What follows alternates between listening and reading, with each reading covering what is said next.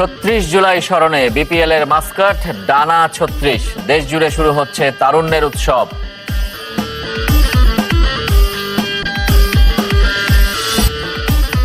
জাতীয় দলের হয়ে খেলতে এখন মানসিকভাবে প্রস্তুত নন সাকিব। বিবেচনায় আছেন চ্যাম্পিয়ন্স ট্রফির জন্য।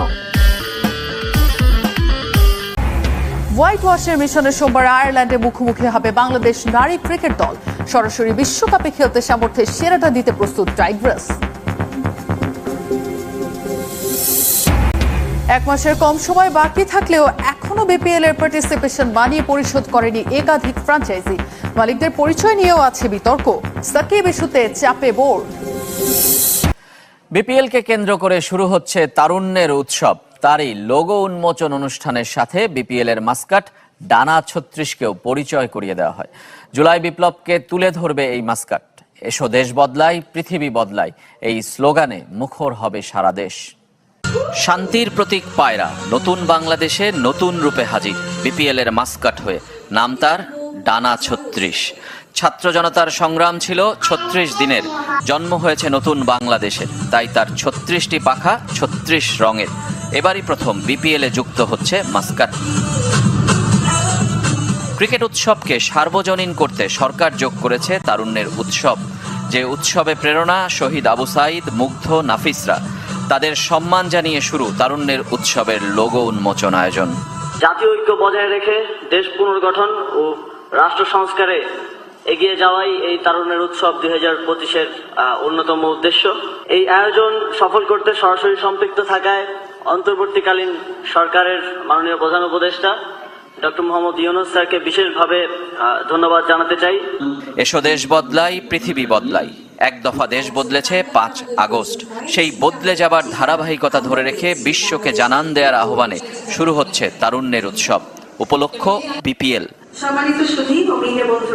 প্রাণের খেলা ক্রিকেটের মাধ্যমে দেশব্যাপী তরুণদের উদ্বুদ্ধ করতে আর উদ্ভাবনী নানা কাজে সম্পৃক্ত করতেই এই উৎসব, যা শুরু হবে বিপিএল এর উদ্বোধনী ম্যাচ ৩০ ডিসেম্বর থেকে আর শেষ হবে ১৯ ফেব্রুয়ারি অনূর্ধ্ব-২০ নারী সাফ চ্যাম্পিয়নশিপের ফাইনালের দিন। তবে তার আগেই বিপিএল মিউজিক ফেস্ট নামে ৩টি কনসার্ট হবে ঢাকা, চট্টগ্রাম ও সিলেটে।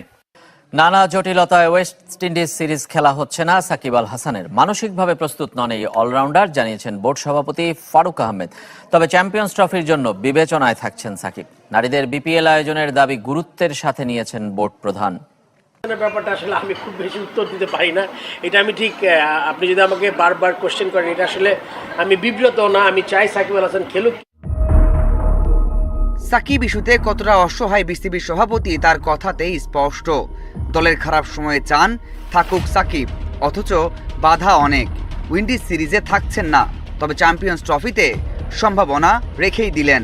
ক্রিকেট বোর্ড এটার সাথে কোনোভাবে সম্পৃক্ত না, সেটার অ্যান্সার করা আমার জন্য খুব ইজি না আর কি।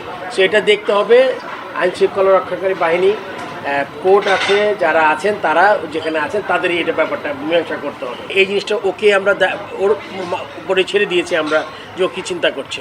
সাকিব খেলতে পারছেন না বা খেলতে চাইছেন না, যাই হোক না কেন কাঠগড়ায় দাঁড়াতে হচ্ছে সভাপতিকে। ফারুক আহমেদ জানিয়ে দিয়েছেন সাকিবের খেলা না খেলার বিষয়ে কোনো সম্পৃক্ততা নেই বিসিবির। আমি মনে করি সাকিব এখনও ক্ষমতা রাখে খেলার ন্যাশনাল টিমে, বাট এইভাবে আসলে একটা প্লেয়ারের জন্য খুব বেশি একটা মানে সে যে দেশের বাইরে থেকে টুর্নামেন্টগুলো খেলবে, তাকে মেন্টালি খুব একটা, আপনি জানেন যে একটা ফ্র্যাঞ্চাইজি লিগ খেলা, দেশের জন্য খেলা এক কথা না, আপনার প্রিপারেশন হয়, টিমের জেলটা দরকার হয় খুব বেশি। এবারে বাংলাদেশ আয়ারল্যান্ড নারী ওয়ানডে সিরিজের খবর। আইরিশদের হোয়াইট ওয়াশের মিশনে ৩ ম্যাচ সিরিজের শেষ ওয়ানডেতে মাঠে নামছে টিম টাইগ্রেস। আগেই সিরিজ নিশ্চিত হলেও বিশ্বকাপের সমীকরণ মেলাতে এ ম্যাচেও জয় চায় জ্যোতির দলের। মিরপুরের শের বাংলা জাতীয় ক্রিকেট স্টেডিয়ামে ম্যাচ শুরু সকাল 10টায়। ব্যাটে কিংবা বলে মাঠের ক্রিকেটে প্রথম ২ ম্যাচে আইরিশ নারীরা মোটেও পাত্তা পায়নি বাংলাদেশ দলের কাছে। দীর্ঘ সময় দলে না থাকার ক্ষোভ ঝাড়ছেন শারমিন সুক্তা। নিয়মিত হাসছে তার ব্যাট। ছন্দে আছেন পিঙ্কি, মুর্শিদা। নিগার তো প্রতি ম্যাচেই ঝরাচ্ছেন তার জ্যোতি।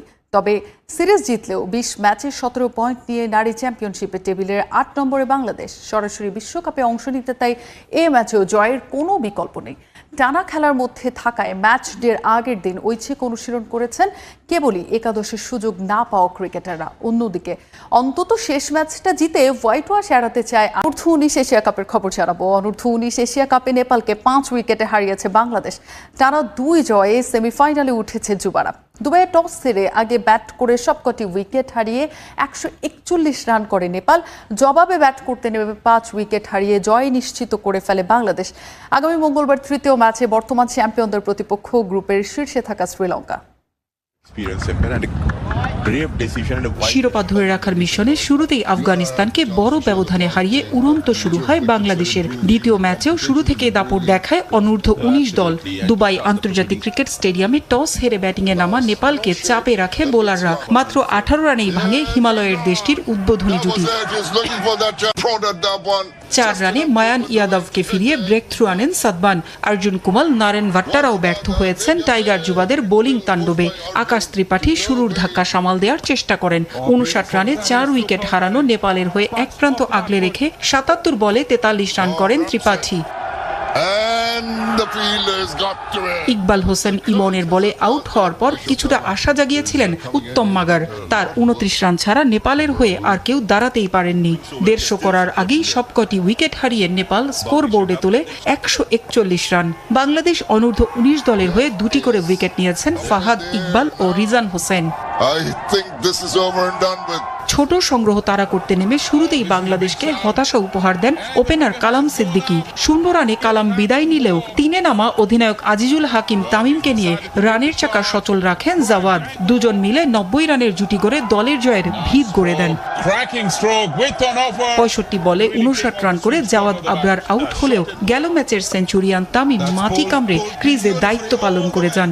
72 বলে 52 রান করে দলের জয় নিশ্চিত করে অপরাজিত থাকেন তিনি। এছাড়া ফরিদ হাসান তোলেন 13 রান। নেপালের বিপক্ষে 5 উইকেটের দাপুটে জয়ে সেমিফাইনাল নিশ্চিত করে বাংলাদেশ অনূর্ধ্ব-19 দল। বি গ্রুপে 2 ম্যাচে 2 জয়ে শ্রীলঙ্কার সমান 4 পয়েন্ট থাকলেও নেট রান রেটে পিছিয়ে 2-এ আছে বর্তমান চ্যাম্পিয়নরা। টানা 2 জয় আগেই সিরিজ নিশ্চিত করেছিল নিগার সুলতানা জ্যোতির নেতৃত্বাধীন বাংলাদেশ নারী ক্রিকেট দল। এবার হোয়াইট ওয়াশের লক্ষ্যে মাঠে নেমে সফরকারী আয়ারল্যান্ডকে বড় সংগ্রহ করতে দিল না স্বাগতিকরা। মিরপুরের শের-ই বাংলা জাতীয় ক্রিকেট স্টেডিয়ামে আজ সোমবার সিরিজের তৃতীয় ও শেষ ওয়ানডেতে আয়ারল্যান্ড নারী দল প্রথমে ব্যাট করতে নেমে নির্ধারিত 50 ওভারে 185 রানে অল আউট।